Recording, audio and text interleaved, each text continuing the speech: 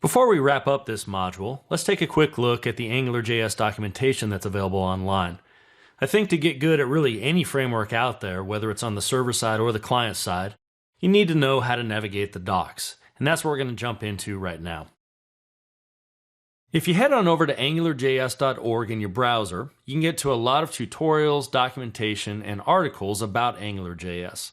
So what I'm going to do is just walk you through really quickly how to navigate the help docs and some of the benefits they offer and how to find things along the way.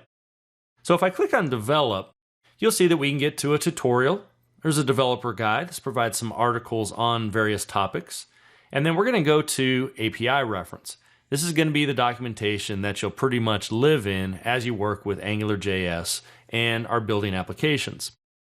So up here on the top, you can see all the different versions, and I can actually select one of those to get documentation specific to that. We'll go ahead and leave the default here.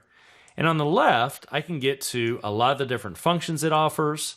We can get to the little directives that we're going to be talking much more about throughout the course. Get down into services.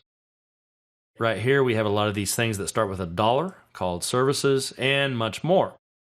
Now, one of the services, for instance, that we'll be talking about later is HTTP. This allows us to make XML HTTP calls or AJAX type style calls over to a server to get back JSON data. And you can see as I scroll on down, I can get some sample code. And in some of these, they'll actually have some different tests you can run. Now this one, because it's AJAX, is a little bit different. So I don't see any in this particular example.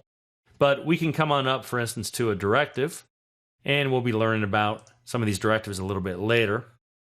And scroll on down, and there's an example right there.